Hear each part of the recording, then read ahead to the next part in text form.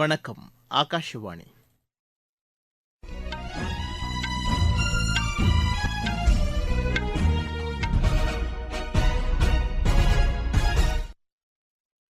செய்திகள் வாசிப்பவர் முகமது. தலைப்புச் செய்திகள். மக்களவைக்கு 6வது கட்டமாக இன்று 58 தொகுதிகளில் வாக்குப்பதிவு தொடங்கி நடைபெற்று வருகிறது. பெங்களூரு ராமேஸ்வரம் உணவக குண்டுவெடிப்பு தொடர்பாக மேலும் ஒரு நபரை தேசிய புலனாய்வு முகமை கைது செய்துள்ளது. ரஃபாவில் உடனடியாக ராணுவ நடவடிக்கையை நிறுத்துமாறு இஸ்ரேலுக்கு சர்வதேச நீதிமன்றம் உத்தரவிட்டுள்ளது.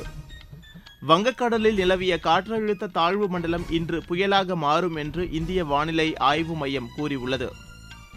லியோன் ஓபன் டென்னிஸ் போட்டியின் ஆடவர் இரட்டையர் பிரிவு இறுதி ஆட்டத்தில் இன்று யூகி பாம்ரி அல்பனோ இணை பின்லாந்து பிரிட்டன் இணையை எதிர்கொள்கிறது. இனி விரிவான செய்திகள். மக்களவைக்கு 6வது கட்டமாக 58 தொகுதிகளில் இன்று காலை வாக்குப்பதிவு தொடங்கி நடைபெற்று வருகிறது. ஜார்க்கண்ட் மாநிலத்தின் 4 மக்களவை தொகுதியில் மாலை 5 மணி வரை மட்டுமே வாக்குப்பதிவு நடைபெறும் என்று அறிவிக்கப்பட்டுள்ளது. இந்த 6ஆம் கட்ட வாக்குப்பதிவில் தலைநகர் தில்லியில் உள்ள 7 மக்களவை தொகுதியிலும், உத்தரப்பிரதேசத்தில் 14, மேற்குவங்கம் மற்றும் பீகாரில் தலா 8, ஹரியானாவில் 10, ஒடிசாவில் 6, ஜம்மு காஷ்மீரில் 1 என 58 தொகுதிகளில் வாக்குப்பதிவுக்கான விரிவான ஏற்பாடுகள் செய்யப்பட்டுள்ளன.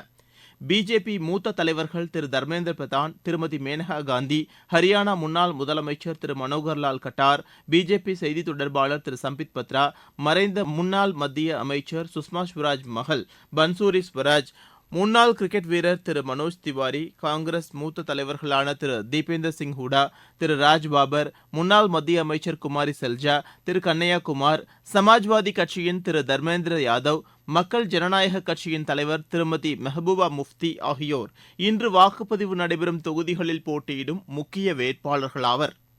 இன்றைய வாக்குப்பதிவுக்காக 11,04,000 ஊழியர்கள் பணியில் ஈடுபடுத்தப்பட்டுள்ளனர். 11,13,00,000 வாக்காளர்கள் வாக்களிக்க ஏதுவாக 1,14,000 வாக்குச்சாவடிகள் அமைக்கப்பட்டுள்ளன. தேர்தலை அமைதியாகவும் நேர்மையாகவும் நடத்தி முடிக்க தேர்தல் ஆணையம் விரிவான பாதுகாப்பு ஏற்பாடுகளையும் செய்துள்ளது. இந்நிலையில் மக்களவைக்கு 7வது மற்றும் கடைசி கட்ட வாக்குப்பதிவு நடைபெற உள்ள 7 மாநிலங்கள், ஒரு யூனியன் பிரதேசத்திற்கு உட்பட்ட 57 தொகுதிகளில் பிரச்சாரம் இறுதிக்கட்டத்தை எட்டியுள்ளது. இந்த தொகுதிகளில் வாக்குப்பதிவுக்கு இன்னும் ஒரு வாரமே உள்ள நிலையில் தேசிய மற்றும் மாநில கட்சிகளின் தலைவர்கள் வாக்காளர்களை சந்தித்து தங்களது கட்சியின் வேட்பாளர்களுக்கு ஆதரவு திரட்டி வருகின்றனர். மக்களவைத் தேர்தலில் பதிவான வாக்குகளை வாக்குச்சாவடி வாரியாக வெளியிட தேர்தல் ஆணையத்திற்கு உத்தரவிட வேண்டும் என்று கோரி தாக்கல் செய்யப்பட்ட மனு மீது உத்தரவு பிறப்பிக்க உச்சநீதிமன்றம் மறுத்துவிட்டது. நீதிபதி தீபங்கர் தத்தா, நீதிபதி சதீஷ் சந்திர சர்மா ஆகியோர் அடங்கிய விடுமுறை கால அமர்வு இந்த மனு மீதான விசாரணையை ஒத்திவைத்ததோடு மக்களவைத் தேர்தல் முடிந்த பிறகு விசாரிக்கப்படும் என்று கூறியது. தேர்தல் அமைதியாகவும் நேர்மையாகவும் நடைபெற வேண்டும் என்று அனைவரும் விரும்புகிறார்கள் என்றும், அதே நேரத்தில் விஷமிகள் எந்த ஆதாயமும் இதனால் பெற்றுவிடக்கூடாது என்பதிலும் கவனமாக இருக்க வேண்டும் என்று இந்த அமர்வு தெரிவித்தது. ஹரியானாவில் 6வது கட்ட வாக்குப்பதிவு குறித்து சமூக விரோத சக்திகள் சமூக வலைதளங்களில் வதந்திகளை பரப்புவதால் காவல்துறையினர் கண்காணிப்பு பணியை தீவிரப்படுத்தியுள்ளனர். வன்முறையில் ஈடுபடும் நபர்கள் மீது கடும் நடவடிக்கை எடுக்கப்படும் என்று அம்மாநில காவல்துறை தலைமை இயக்குநர் சத்ருஜித் கபூர் எச்சரித்துள்ளார். சமூக வலைதளங்களை காவல்துறையினர் தீவிரமாக கண்காணித்து வருவதாகவும், போலியான காணொலிகளை பதிவிட்டு சமூகத்தில் பதற்றத்தை ஏற்படுத்தும் நபர்கள் கண்டுபிடிக்கப்பட்டு கடுமையான நடவடிக்கை எடுக்கப்படும் என்று அவர் கூறியுள்ளார். பொதுமக்கள் யாரும் தவறான காணொலி காட்சிகளை பகிர வேண்டாம் என்றும் அவர் வேண்டுகோள் விடுத்துள்ளார். நீங்கள் கேட்டுக்கொண்டிருப்பது ஆகாஷவாணியின் செய்தி அறிக்கை. பெங்களூரு ராமேஸ்வரம் உணவக குண்டுவெடிப்பு தொடர்பாக மேலும் ஒரு நபரை தேசிய புலனாய்வு முகமை கைது செய்துள்ளது. கர்நாடகாவில் ஹுப்ளி நகரைச் சேர்ந்த சோஹிப் அஹமது மிர்சா என்ற 35 வயது நபரை நேற்று கைது செய்ததாகவும், இந்த வழக்கில் கைது செய்யப்பட்டுள்ள 5வது நபர் இவர் என்றும் தேசிய புலனாய்வு முகமை கூறியுள்ளது. ஏற்கனவே லஷ்கர்-இ தைபா தீவிரவாத தாக்குதல் சதி வழக்கில் கைது செய்யப்பட்டவர் சோஹிப் என்பதும் விசாரணையில் தெரிய வந்துள்ளது. சிறையில் இருந்து விடுதலை ஆனவுடன் புதிய சதித்திட்டத்தில் இவர் ஈடுபட்டதாக அந்த முகமை கூறியுள்ளது. இதே வழக்கில் கடந்த மாதம் கொல்கத்தாவில் கைது செய்யப்பட்ட அப்துல் மதீன் தாஹா என்பவரோடு இந்த நபருக்கு தொடர்பு இருந்தது மின்னஞ்சல் வாயிலாக கண்டுபிடிக்கப்பட்டுள்ளது. இந்த ஆண்டு மார்ச் மாதம் நிகழ்ந்த ராமேஸ்வரம் உணவக குண்டுவெடிப்பு வழக்கு தொடர்பாக தேசிய புலனாய்வு முகமை இதுவரை 29 இடங்களில் சோதனை நடத்தியுள்ளது. தமிழகத்தில் நடப்பாண்டு மட்டும் மூளைச்சாவு அடைந்த 109 பேரின் உடல் உறுப்புகள் தானமாக பெறப்பட்டு 642 நபர்களுக்கு மறுவாழ்வு அளிக்கப்பட்டுள்ளது. இதில் முதலிடத்தில் சென்னையில் உள்ள ராஜீவ்காந்தி அரசு பொது மருத்துவமனை உள்ளது என்று மாநில உறுப்பு மாற்று ஆணையத்தின் உறுப்பினர் செயலரான மருத்துவர் என் கோபாலகிருஷ்ணன் தெரிவித்துள்ளார். சென்னையில் நேற்று செய்தியாளர்களிடம் பேசிய அவர், மற்ற மாநிலங்களை விட தமிழ்நாடு உடல் உறுப்பு தானத்திலும் உறுப்புகளை பிறருக்கு பொருத்துவதிலும் சிறப்பாக செயல்பட்டு வருகிறது என்றார். உடல் உறுப்புகளை தானம் செய்பவர்களின் உடலுக்கு அரசு சார்பில் மரியாதை செலுத்தப்படும் என்று கடந்த ஆண்டு மாநில அரசு அறிவித்த பின்னர் உடல் உறுப்பு தானம் செய்வோர் எண்ணிக்கை அதிகரித்துள்ளதாக அவர் கூறினார்.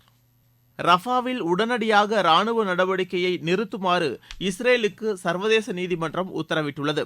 காசா திட்டுப்பகுதியில் உள்ள ரஃபாவில் இஸ்ரேல் ராணுவம் தாக்குதல் நடத்தினால் பெருத்த சேதம் ஏற்படும் என்றும் ஏராளமானோர் உயிரிழப்பார்கள் என்றும் பல்வேறு நாடுகள் அஞ்சுகின்றன. இந்நிலையில் இஸ்ரேல் மேற்கொள்ள உள்ள ராணுவ தாக்குதலை தடுத்து நிறுத்த சர்வதேச நீதிமன்றத்தில் தென்னாப்பிரிக்கா முறையிட்டது. ஏற்கனவே காசாவில் பெரும் துயரம் ஏற்பட்டுள்ள நிலையில் ரஃபாவிலும் இஸ்ரேல் ராணுவ தாக்குதலை மேற்கொண்டால் நிலைமை மேலும் மோசமாகும் என்று சர்வதேச நீதிமன்ற நீதிபதி நவாப் சலாம் கூறினார். அதே நேரத்தில் நீதிமன்ற உத்தரவை நிராகரிப்பதாக இஸ்ரேல் கூறியுள்ளது. சர்வதேச சட்டத்தின்படியே காசாவில் ராணுவ நடவடிக்கையை மேற்கொண்டதாக இஸ்ரேல் கூறியுள்ளது.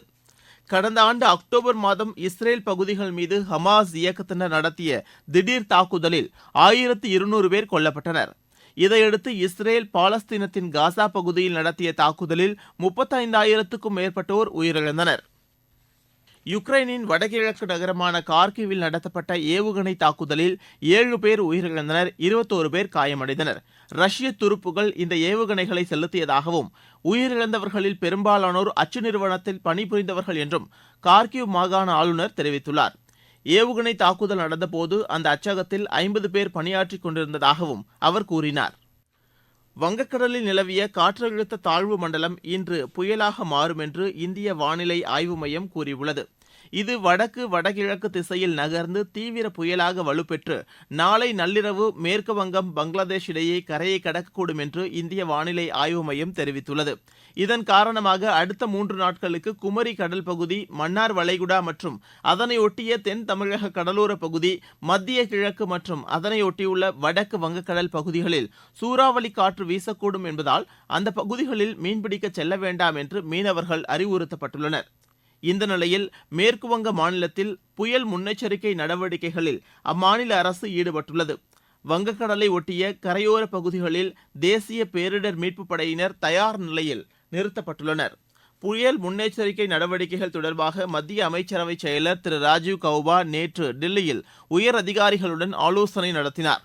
இந்த கூட்டத்தில் காணொலி வாயிலாக கலந்து கொண்ட மேற்கு வங்க மாநில தலைமைச் செயலர் அம்மாநிலத்தில் மேற்கொள்ளப்பட்டுள்ள முன்னெச்சரிக்கை நடவடிக்கைகளை விளக்கினார். வங்கக்கடலில் மீன்பிடிக்க சென்றுள்ள மீனவர்கள் கரை திரும்புமாறு கேட்டுக் கொள்ளப்பட்டுள்ளனர் என்றும் அவர் தெரிவித்துள்ளார். இதற்கிடையே தெற்கு கேரளா மற்றும் அதனை ஒட்டியுள்ள பகுதிகளில் வளிமண்டல மேலடுக்கு சுழற்சி நிலவுகிறது. இதன் காரணமாக தமிழகத்தில் ஓரிரு இடங்களிலும் புதுவை மற்றும் காரைக்கால் பகுதிகளிலும் இன்று லேசானது முதல் மிதமான மழை பெய்யக்கூடும் என்று சென்னை வானிலை ஆய்வு மையம் தெரிவித்துள்ளது. லியோன் ஓபன் டென்னிஸ் போட்டியின் ஆடவர் இரட்டையர் பிரிவு இறுதி ஆட்டத்தில் இன்று இந்தியாவின் யூகி பாம்ரி, பிரான்சின் ஆல்பனோ ஒலிவெட்டி இணை பின்லாந்தின் ஹாரி ஹெலிவோரா, பிரிட்டனின் ஹென்ரி பேட்டன் இணையை எதிர்கொள்கிறது. ஐபிஎல் கிரிக்கெட் போட்டியில் ஹைதராபாத் அணி இறுதிப் போட்டிக்கு முன்னேறியுள்ளது. சென்னையில் நேற்று நடைபெற்ற 2வது தகுதிப் போட்டியில் அந்த அணி 36 ரன் வித்தியாசத்தில் ராஜஸ்தான் அணியை வென்றது. சென்னையில் நாளை நடைபெறவுள்ள இறுதிப் போட்டியில் ஹைதராபாத் அணி கொல்கத்தா அணியை எதிர்கொள்ள உள்ளது. மீண்டும் தலைப்புச் செய்திகள். மக்களவைக்கு 6வது கட்டமாக இன்று 58 தொகுதிகளில் வாக்குப்பதிவு தொடங்கி நடைபெற்று வருகிறது. பெங்களூரு ராமேஸ்வரம் உணவக குண்டுவெடிப்பு தொடர்பாக மேலும் ஒரு நபரை தேசிய புலனாய்வு முகமை கைது செய்துள்ளது. ரஃபாவில் உடனடியாக ராணுவ நடவடிக்கையை நிறுத்துமாறு இஸ்ரேலுக்கு சர்வதேச நீதிமன்றம் உத்தரவிட்டுள்ளது. வங்கக்கடலில் நிலவிய காற்றழுத்த தாழ்வு மண்டலம் இன்று புயலாக மாறும் என்று இந்திய வானிலை ஆய்வு மையம் கூறியுள்ளது. லியோன் ஓபன் டென்னிஸ் போட்டியின் ஆடவர் இரட்டையர் பிரிவு இறுதி ஆட்டத்தில் இன்று யூகி பாம்ரி, ஆல்பனோ இணை பின்லாந்து பிரிட்டன் இணையை எதிர்கொள்கிறது. இத்துடன் செய்தி அறிக்கை நிறைவு பெற்றது.